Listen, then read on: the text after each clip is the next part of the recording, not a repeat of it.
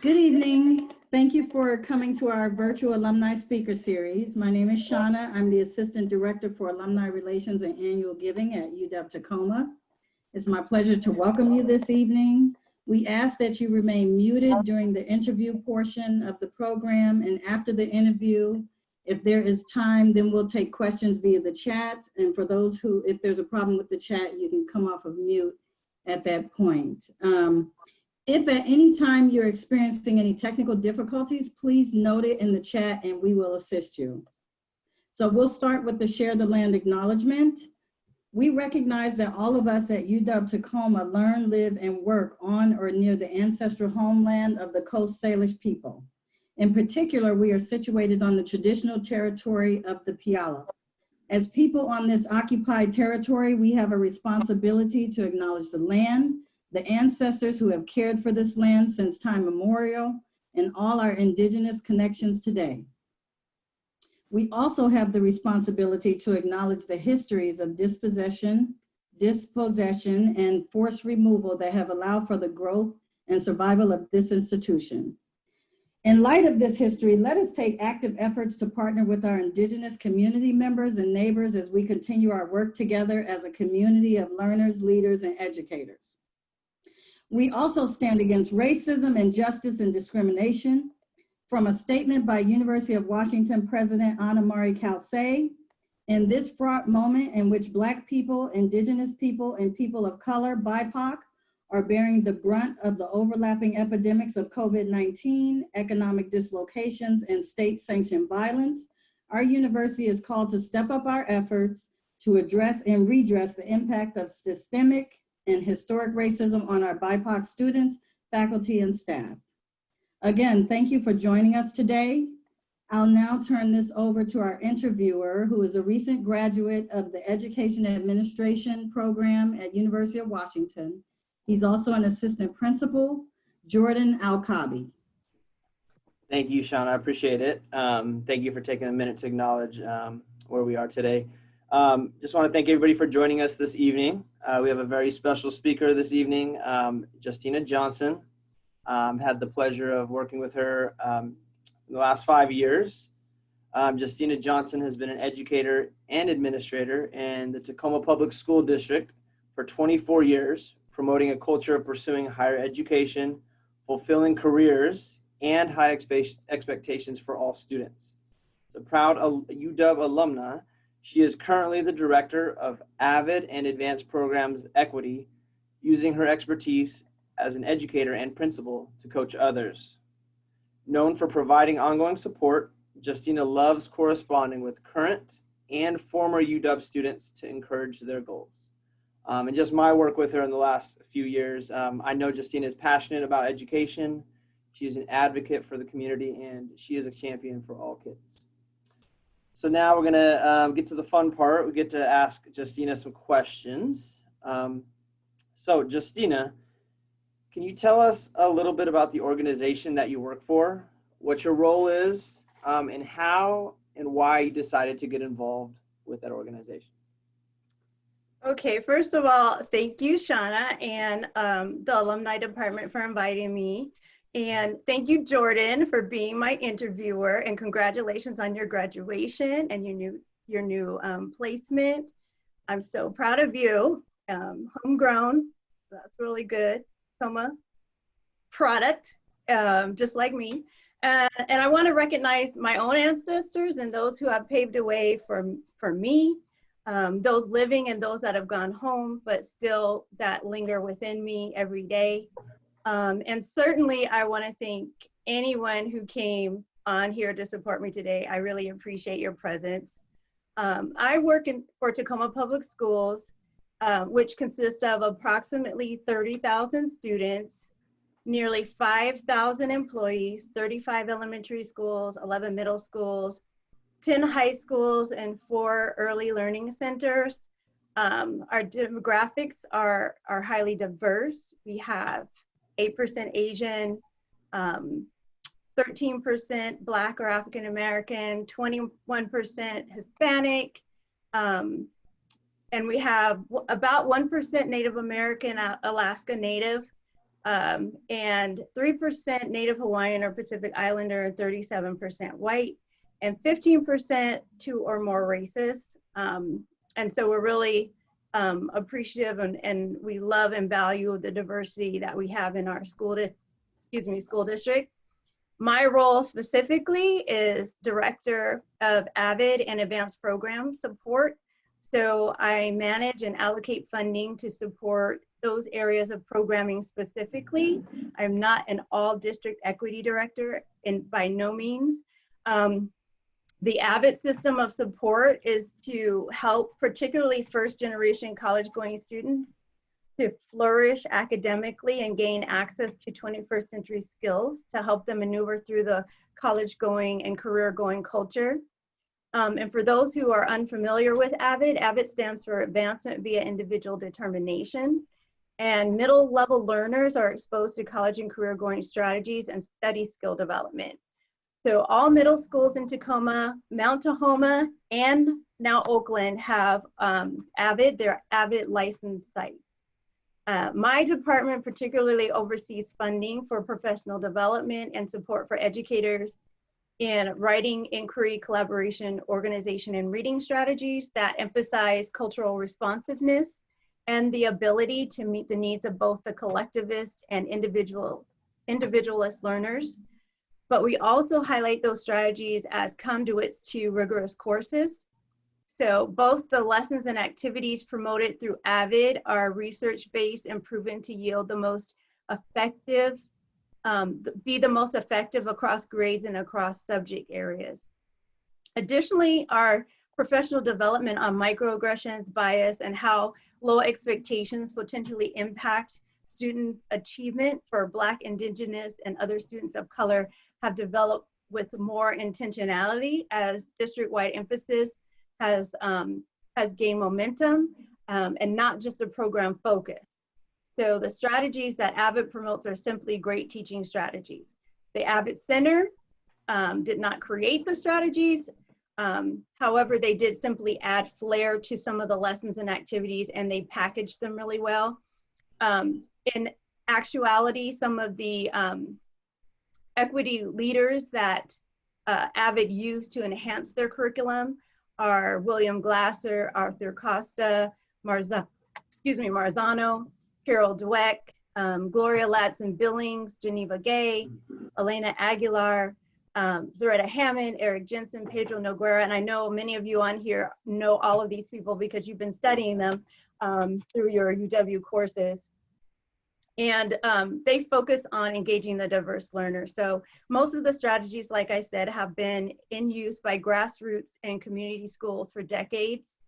Great teachers such as my idol, Marva Collins, was building relational capacity with students and not settling for anything less than excellence in the 70s. In fact, even before then, Goldie Muhammad describes the 4 tenets of literacy instruction as identity development, skills development, intellectual development, and criticality.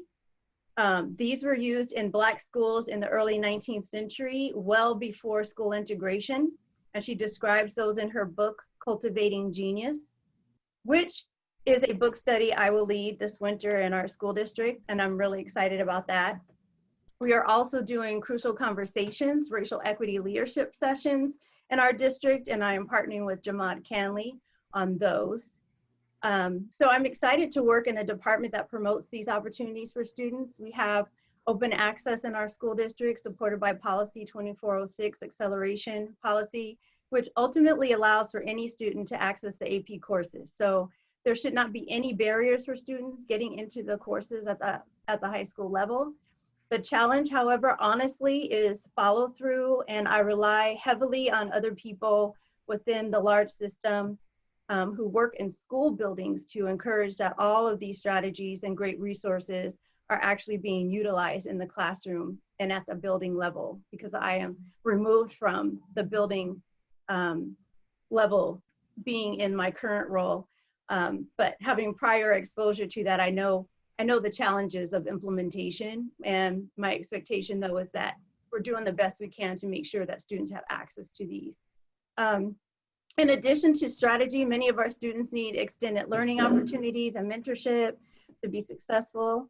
Our office can provide a bit of funding to support these, but oftentimes it's not the funding, but the manpower we need more of. So educators willing to commit to providing additional support beyond the contracted day can be compensated for their time. But finding that level of support within our district is sometimes challenging. So we look outwardly to our community partners to support in mentorship and extended learning opportunities. I want to give a shout out to Amanda Scott Thomas. She is a phenomenal woman. Some of you might know her. She is also our Tacoma Public Schools Community Partnership Director, and she works to solidify MOUs to provide additional support for our students. So everyone is working to try to provide the best wraparound support as possible for our Tacoma students.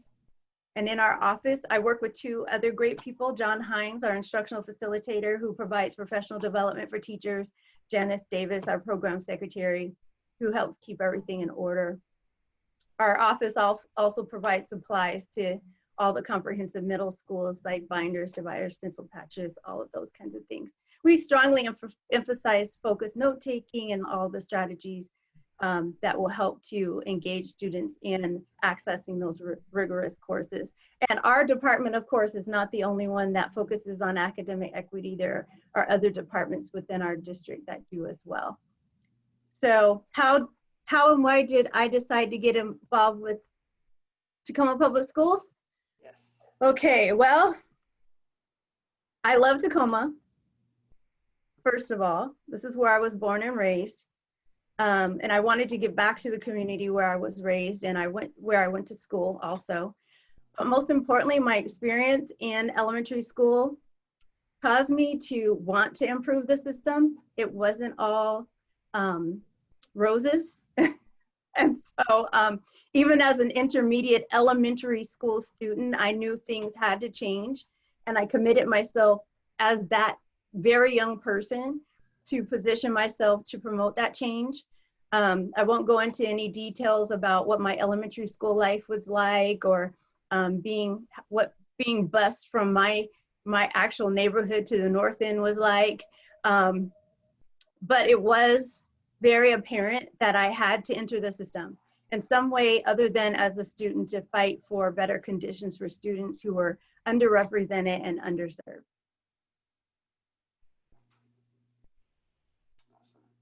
Was there another part to that, or did I? No, I was just so into it. I was like, oh. Thank you for sharing. Didn't know all those things. Okay, we'll jump on to the next question, Justina. Why did you choose UW Tacoma? So I had a wonderful experience in my undergrad years at UW Seattle. I love University of Washington. Also, I was a single mom and wanted to live and work in Tacoma after graduating from Seattle. Therefore, I hope to carry on that great experience at UWT, it being conveniently located, and it was I actually was one of the first cohorts to complete the teacher certification program in 1995. All of the timing and opportunity just fell right in line, and I am grateful for the experience that UWT has provided to me. It was just really good timing, location, and I had already had the precursor of having a great, wonderful experience at the Seattle campus, and I was just really excited about the fact that I could carry that forward into the Tacoma campus. A lot of us had great experiences at UW. I love it. Okay, so I know from our time in Tacoma, you led a lot of equity work, specifically with educators. What are some, I guess, how would you suggest leading adults in work around equity and anti-racism, and how do you continue supporting them in their journey? Yeah. So in Tacoma Public Schools, we have been emphasizing equity for many, many years, even before I got into this particular role.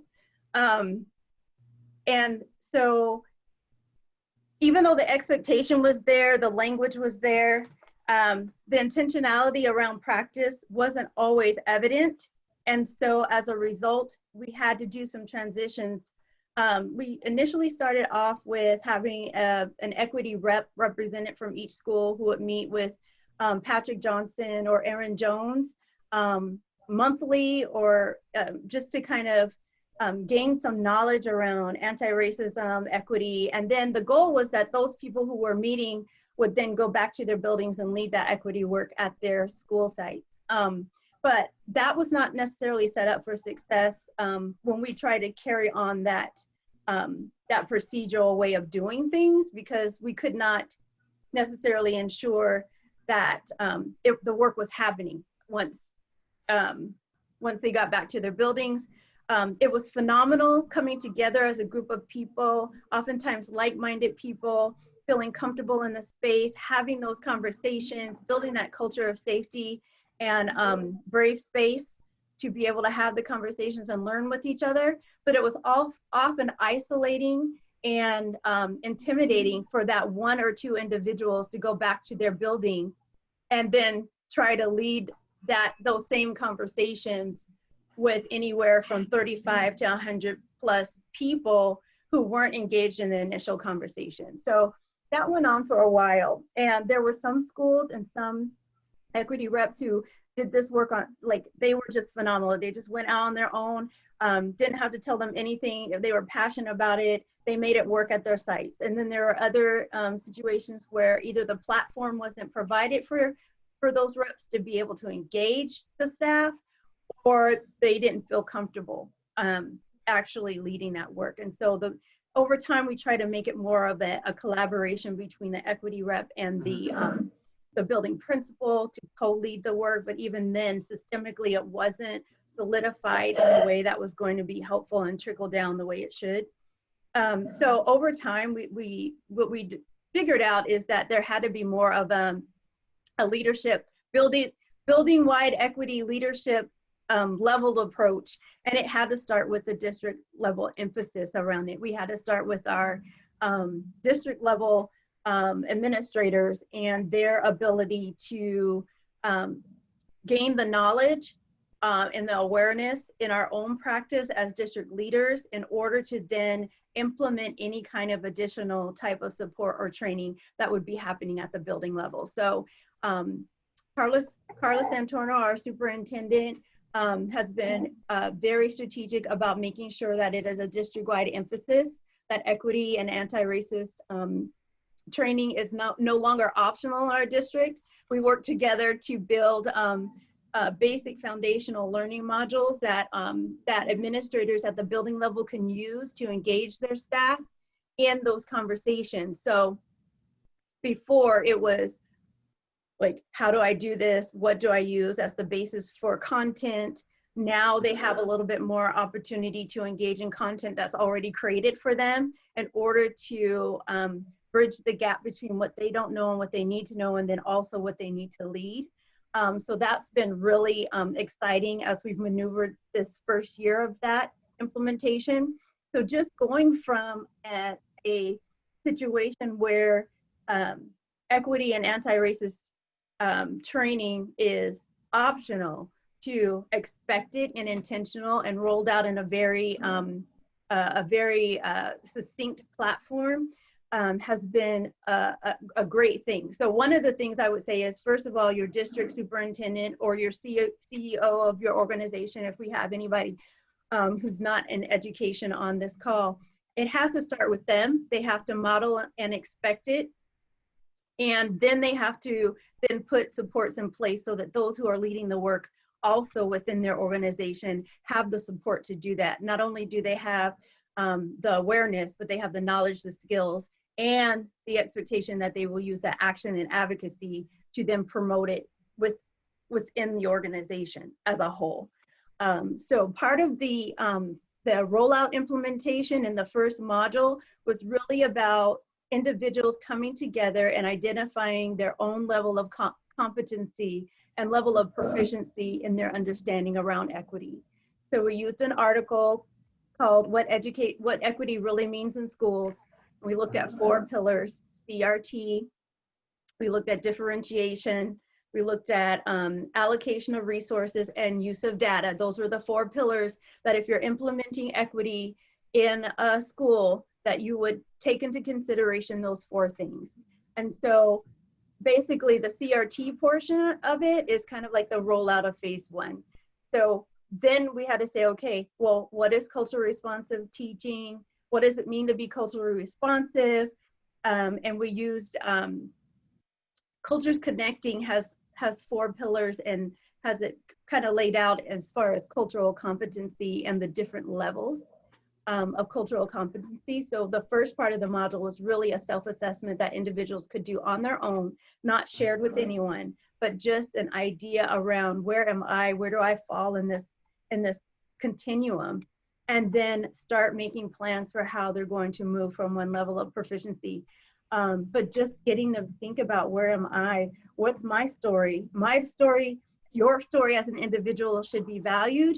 And there has to be a platform that at the beginning of all of this, where the culture and climate is established, we're all valued when we come to the table to have these conversations, so that people will feel more comfortable engaging in the conversations, establishing those norms and protocols, but not that you get to disengage, but that here's how we will engage. And if there's some level of uncomfortableness, that's good. And it's part of the learning process, just like mistakes are part of the learning process. So establishing that culture and climate, but also establishing that expectation that it is something that is the work. That's not more work or the other work, it's the work. And so aligning everything else we do to that is what you have to do as an organization. Wow. Thank you so much for that. Very insightful, very challenging, but critical work. Let's go ahead and jump back into kind of a UW question. What was your most significant learning experience that you had as a UW Tacoma student? And kind of second part to that, who were the professors and mentors in your life that added to that experience?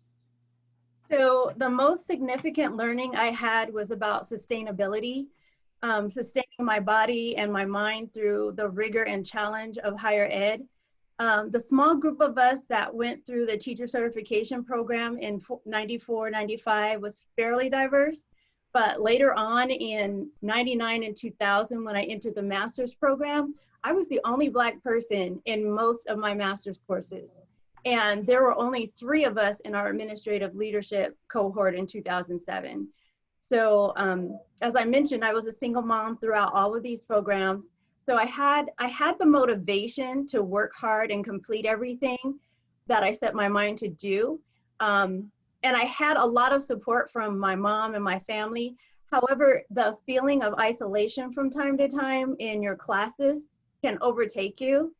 The professors were very supportive, but oftentimes your peers who are also learning can exhibit insensitivity and can be tone deaf at times, which can make for a very unpleasant experience for students of color in a predominantly white class.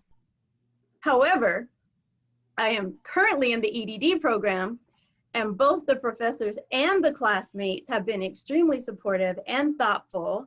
And I want to give a shout out to Cohort Rogue, because I know that they're on here, and they signed in to support me, and I'm so grateful. I know some others might be on the call that I didn't call out at the beginning, but I appreciate you so much, because the learning experience I'm going through right now is like none other that I've had at UWT. It's a much different feel, and I just want to thank you to the cohort I'm currently in. But when you build capacity within your peers, it helps, because it's one thing to have professors that are supportive, but it is so great also to have a team of people working together, learning together, and who come with a certain level of awareness already. It's just really, it's been a delight. It's been a delight. Thank you. I see some of your peers chiming in as well on the chat. They agree with you 100%. Oh, and I didn't say some of the people that I think you said the other part was mentors and professors and okay. Yeah. So Dr. Rich Knuth, Dr. Larry DeBruler, they were part of the principal certification, checking in on me, seeing how I was doing, especially Dr. Rich Knuth. He was always checking in. In the evening, I'd be working full time during the day, come in the evening, He knew, you know, single mom. He knew I was working sun up to sundown, and plus homework. And so he would specifically ask me, how are you doing? And so it was just wonderful to have him. And I'm just going to say that some of the people that I name are not even going to know that they meant this much to me. We rarely interact. However, just their presence alone for a person of color meant a lot to me. So Larry, I said Rich Canoes, Larry DeBruler, Dr. Belinda Louie was one of our professors in the master's degree program, Dr. Marcy Stein, and currently Dr. Minthorn. She just has this calming spirit that I admire and that I wish that I aspire to. So in the EDD program, it was so phenomenal to have her as one of the professors right out of the gate. And Dr. Chris Knaus is in the house. I don't know if he's here online, but he said he was going to come. And I just want to give a shout out to him. He said he's present. I have known him for a while in just a regular capacity, interacting in the community, and talking to him really helped calm my nerves about even entering the program in the first place. I just want to give a shout out to him because he's been supportive from, you know, not even probably knowing just how much from a distance. And I do want to, and he's also one of my professors, and I want to give a shout out to. It's amazing. It's called Black Educational Leadership from Silencing to Authenticity. And Dr. Knaus and Dr. Rogers Art, who are two of my current teachers, have authored this book. Go out and get it. And then on October 9th, they're doing a book launch. So sorry if that was off script. My apologies, but I needed to put that out there. All right. And then, of course, my mom and my family. I want to give a shout out to Miss Oliver, who took me under her wing when I first started teaching. She's always been rooting for me. Miss Chaudhry, who is also an alumna and TPS employee. Some of you might know her. Harjeet Sandhu and Jeff Chamberlain. I know Jordan knows Mr. Chamberlain. And there are so many other people I admire to strive to be as excellent as. That I didn't name, but I'll stop there on the names. All right. Thank you for sharing that, Justina. I'm sure they appreciate it. If you could go back in time and do it all over again, what would you do differently? Is there a class that you wish you would have taken or paid more attention in? I would not do anything over again. I'm very pleased with my experience at UW, both the Seattle undergrad and the Tacoma UW programs. As challenging as it was, I would not change a thing about it. The quality of the courses were phenomenal, except for two. I won't name them. The class that I would have paid more attention to is the research class, and that's all I'll say about that. Gotcha. Okay. Thank you for that. How did your experience at UW Tacoma influence your career pursuits after graduation? So I've always wanted to be a teacher, and the UWT certification program prepared me well for that. I did my student teaching in Culver Park School District because at the time there weren't enough student teacher placement opportunities in Tacoma. But as soon as the opportunity arose, I acquired a teaching position in Tacoma. But it was a challenge obtaining the position. So back in the day, you had to personally go in and request applications from the HR department. You didn't apply online back then, dating myself.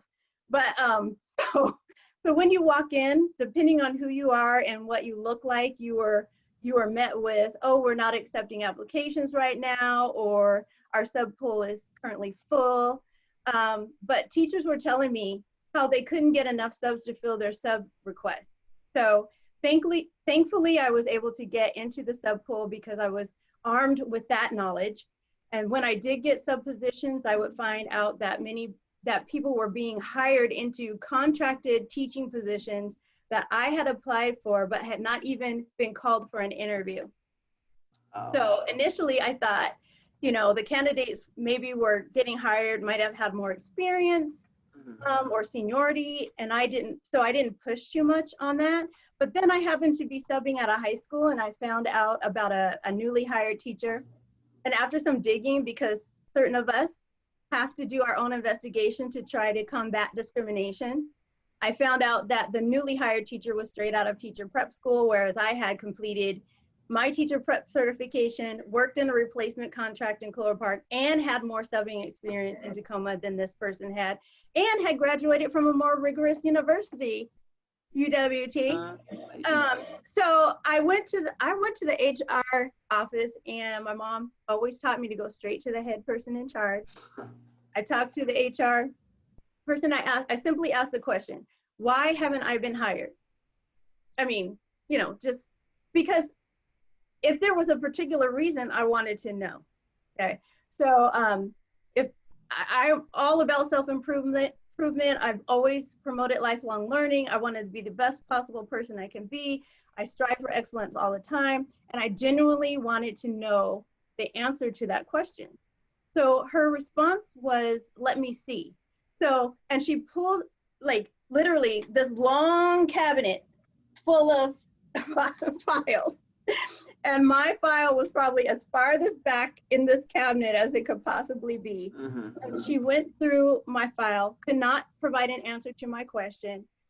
Then I said, well, you know, I've noticed that there are people filling positions that are less qualified and or have less experience than I do. Can you tell me what I need to do to get hired? Because I had not been given yet even an interview. So this is where it hurt my heart. Her face was so exasperated because she's a Black woman who, she was a Black woman in that position at that time, who had people under her who were supposed to be ensuring that quality people are hired and hired fairly. So she had no idea about what was happening to me. And what was exasperating for her is I think she really knew that there was no way for her to singly stop this problem. And that I hurt for her, because systemic racism exists. Contrary to what people think, a large organization such as the Tacoma Public School District will operate as intended unless the actual operationalism is dismantled. And in 1995, Tacoma Public Schools may have come a long way from then, but still had a lot more work to do to break down discrimination and racism. And we're still working on that. But I received 2 great pieces of advice. One from the HR person, and she's like, keep doing what you're doing, because she knew that building principals were the ones that were going to actually be the ones to interview people. And so she said, keep doing a great job. She knew I was doing a great job because I keep getting requests for substitutes.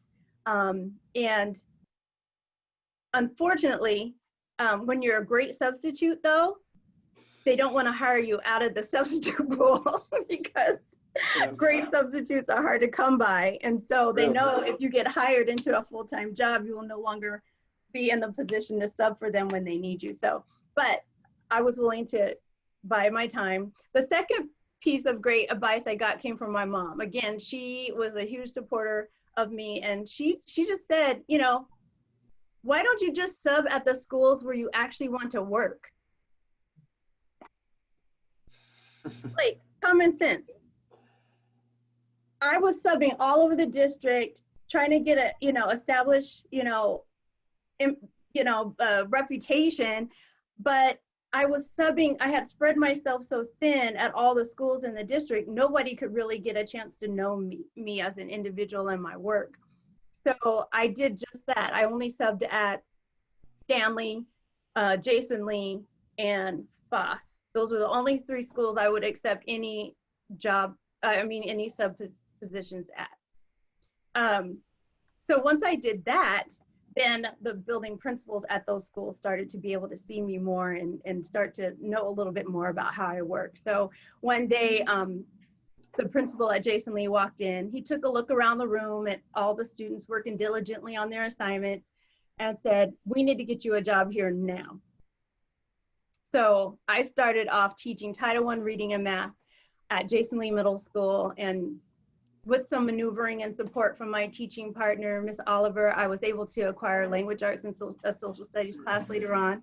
I want to give out a shout out to Mr. Thomas Johnson, because that first initial job teaching Title I reading and math was in a co-teaching position with him.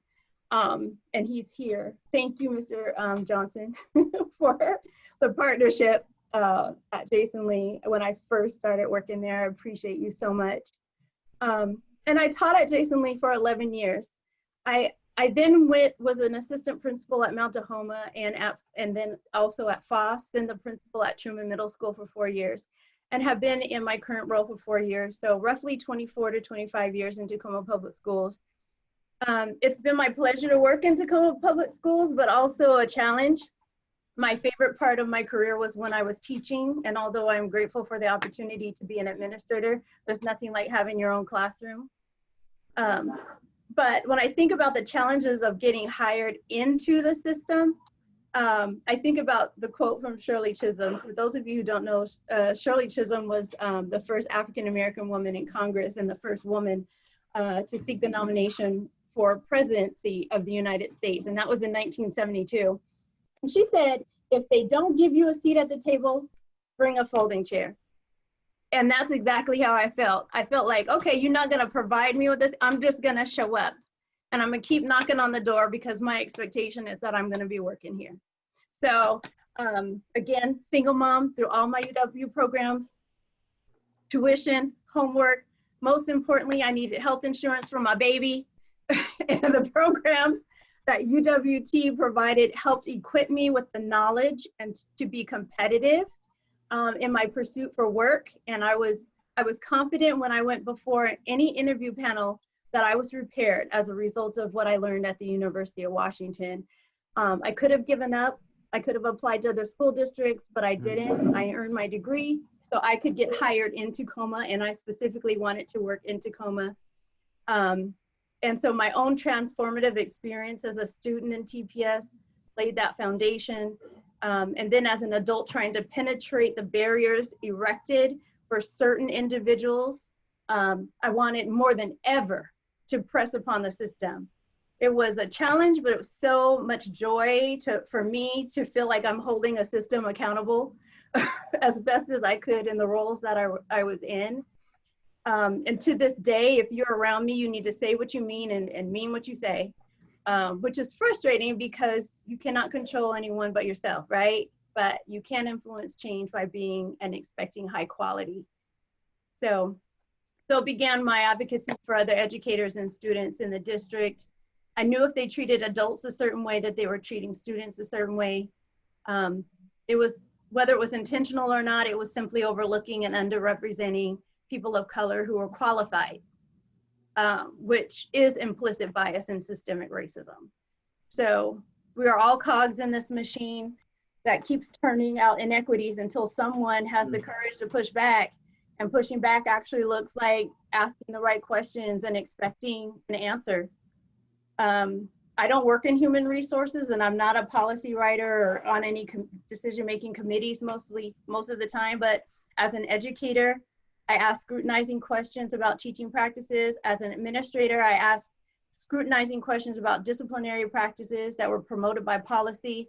And as we're learning our roles, we're somewhat complicit in those things as we're getting to know policy. But simply because you are learning the protocols, eventually you get to the point when you are able to discern the difference between right and wrong, fair versus just, and what is just and what is equal versus equitable. And you align your practices so that those things are models for others to do the same thing. So I even if I wasn't necessarily intentionally working towards something, my goal was to scrutinize and to model, and then get in where I fit in, bring my folding chair, and sit at the table where people are making decisions as much as I can to try to help influence policy in our district. And a lot of policy has changed over the last 20 years. And I will say, I feel like it has a lot to do with, I'm not gonna say me individually, but me and another group of people who have really pushed back on the system for the purpose of being better advocates for students and colleagues. So I like Maya Angelou's quote to do the best you can until you know better. then when you know better, do better. So there's a lot of trial and error, but the outcomes are phenomenal. If you look, you know, at the decisions through an equity lens, we try to follow an equity lens in our school district. And, you know, James Baldwin said, "I love America more than any country in the world, and exactly for this reason, I insist on the right to criticize her perpetually." And so that's how I feel about Tacoma, particularly Tacoma Public Schools. I love Tacoma Public Schools so much that I want it to be its absolute best. And so I am highly critical of us. Not everyone likes that, but it's necessary, and it's because I love us. So there are a lot of teachers and administrators of color that went before me that pushed on the system, and I thank them for setting all of this work up. So in a nutshell, UW Tacoma courses really helped prepare me by giving me the unmistakable knowledge necessary to be competitive against any other candidate in the education field, but also helped me to learn to emphasize decision-making based on data and to scrutinize that data, like Lee Patel says, in decolonizing educational research from ownership to answerability. Calling attention to something does not automatically mean its transformation. So follow through is also very important. Thank you, Justina. Loved a lot of that. I feel like we got to touch on this before, you know, we wrap up our time here. It's impacted all of our lives this year. You talk to us about how COVID-19 has impacted your daily life, and especially this year.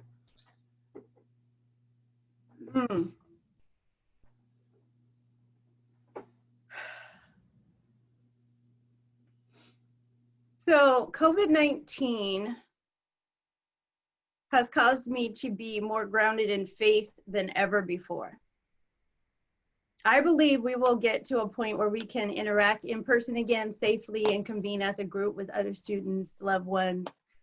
I was mostly a homebody anyway, so staying home inside was not a big problem for me, and my circle was very small anyway. But I do miss group interaction sometimes, and I think the biggest impact that COVID-19 has had on me has not been what it's done to me personally, but what it's done to our students and the lack of access that it has created as a result of them not being able to come to school. So, and that's a daily struggle for me. It's been a daily struggle for me since March 12th when we went into shutdown. The first part of that shutdown, I was in so much depression, and it had absolutely nothing to do with me personally, but I was thinking every day about the kids. And so I'm trying not to go back there to where I was emotionally and mentally, but I would just think about them all the time, and so many of them rely on the day-to-day interaction at school, and then they were cut off from that. And so I'm just hopeful that pretty soon, with this gradual rollback into getting back to school, that we'll be able to engage kids again, build that interaction, reclaim some of those relational, some of that relational capacity we had before the shutdown. And, you know, just, I'm hopeful. I know that it will happen, but the day-to-day impact of COVID-19 had nothing to do with me personally as much as it did how I felt about what the students were missing out on. Absolutely. Thank you for sharing that. All right. Maybe the last question before we open it up for a little Q&A. What is some advice or one piece of advice that you would give to current students? Okay, so this is quick. Stick with it. Don't give up. When you are faced with a challenge, instead assess, regroup, and proceed. And then know that the struggle is real. It exists. You're not crazy, and you're not going to let it stop you. So go get it. Go get it. That is my advice. I love it. Thank you, Justina. You're welcome. Okay, so we can do this with chat, or we can do this just by unmuting. Totally up to you. So we're gonna open up the floor right now to ask Justina any questions that we're curious about, or just want to pick her brain about. So we're gonna open the floor up. So anybody.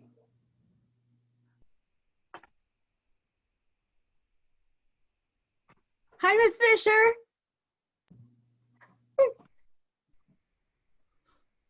Is that Ariel on there? Ariel? Oh, wow. I'm here. Hi, Milagros. Okay, I'm gonna start calling out individual names.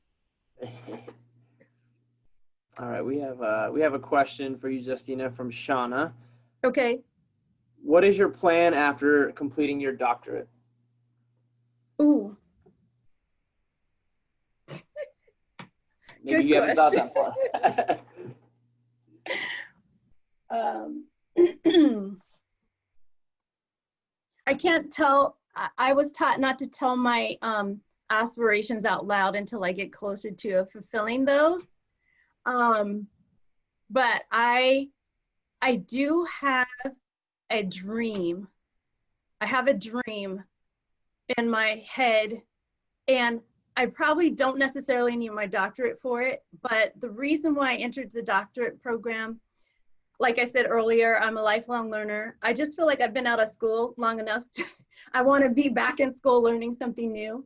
I like having the credibility of knowing more and more about social justice and just all of the education components of higher ed. But I plan to use my EDD for the purpose always of engaging and advocating for students, always, because that's why I got into education. So my dreams, goals, and aspirations in the future after getting my EDD is going to be more of the same, which is advocating and educating youth and using my credentials to build platforms for that to happen reasonably and successfully. And that's what I'm going to say. Appreciate that. All right. Any last questions before us?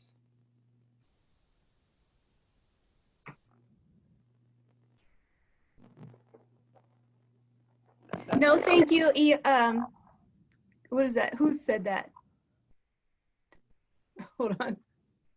KRN. Oh, yeah. No, thanks. No, maybe one day. I think so too. I have another question for you, Justina. Is there any advice for someone fighting through the injustices in the system right now? Your microphone is a little bit cloudy. Could you repeat it? Yeah. So is there any advice for someone right now who are fighting through the injustices in the system right now? Oh. Are they talking about in their program at the university, or are they talking about in their job? I wonder. School system. Okay. Let's just say that I've been doing this for 24 years.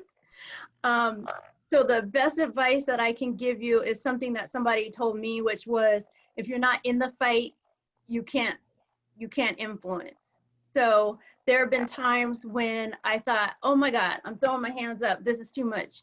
But then I would go back to what they were saying, and I would say to myself and to you, to stay in there and stick with it. Students in particularly need our advocacy within the system in order to build better systems. And as much as it probably doesn't seem like it can be done, I can tell you that over 24 years that there have been many improvements and many changes in leadership that has been proponents for that change. And so stick with it. It seems daunting, but you can do it, and find your people. Find your people in the system that are going to feed your soul and are going to help edify you and plug into that energy and keep going. And wherever you can, access those decision makers to try to influence them to change policy for the benefit of students and adults, because I don't know if you're talking about students or adults, but both. Both of those things need to be improved upon. And I can tell you that there has been improvement, and that it's incremental, and that it will happen, but stay the course, find your people, plug in, replenish yourself, because the fight is a long fight and it's a long journey. It's not anything that's going to happen overnight. Just don't get frustrated about it. I have that question. Thank you for Milagros. And then we have another question as well from Darren. What measures can provide evidence that education is doing things well? Jordan, your mic is still buzzing. Did you hear him, Justina? Excuse me, I did hear him. And so basically those measures are when there's no disparities in the outcomes. That means that everybody is doing well. Because a lot of times when you start having conversation about equity, people who are already doing well start to go, oh no, you know, what does that mean for my student who's doing well already? I don't want, you know, forget that equity thing. Equity means everybody's doing well, everyone. And if they're already at a certain level of proficiency, they're going to be even higher in that level of proficiency. The expectation though is that those gaps close so that all students are performing at high levels. One of the things in our district I try to explain to people, because we've been taught a certain way, is that there is no significant biological difference among the races. Believe me, people think that there is a significant biological difference among the races, and therefore that's why students of color underperform. And so I have to explain to them, I have to give them a science lesson. We have to look at race, the power of an illusion, and we have to look at all of the history around colorism and racist and how race was established in the United States to help them understand that no, students of color should not be underperforming in the school system. They should be performing at high levels because they're very capable of performing at high levels. The reason why they're not is because the adults who are in front of them have a bias, an implicit bias that automatically assumes they can't. And so oftentimes they are cut off from even the exposure of what they need to be exposed to do well.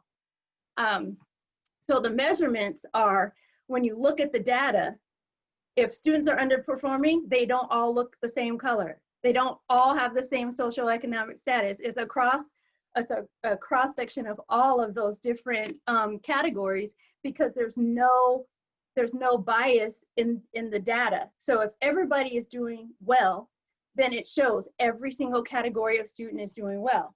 If students are not doing well, it shows there's a cross section of every type of demographic not doing well. You don't have these over representations of race or socioeconomic or gender issues within your data. It's streamlined. Thank you. And with that, we will get ready to close. So I just want to say thank you, Justina. You really gave us a lot of information. You went above and beyond. And Jordan, thank you so much for being the interviewer. Thank you everybody for joining us. We're going to have our next alumni speaker series on Thursday, November 12th at 6 p.m. featuring alumna Josette Parker from the School of Social Work and Criminal Justice. I just want to tell everyone to stay safe and go Dogs, go Huskies. So thank you so much. Thank you everybody. I appreciate it.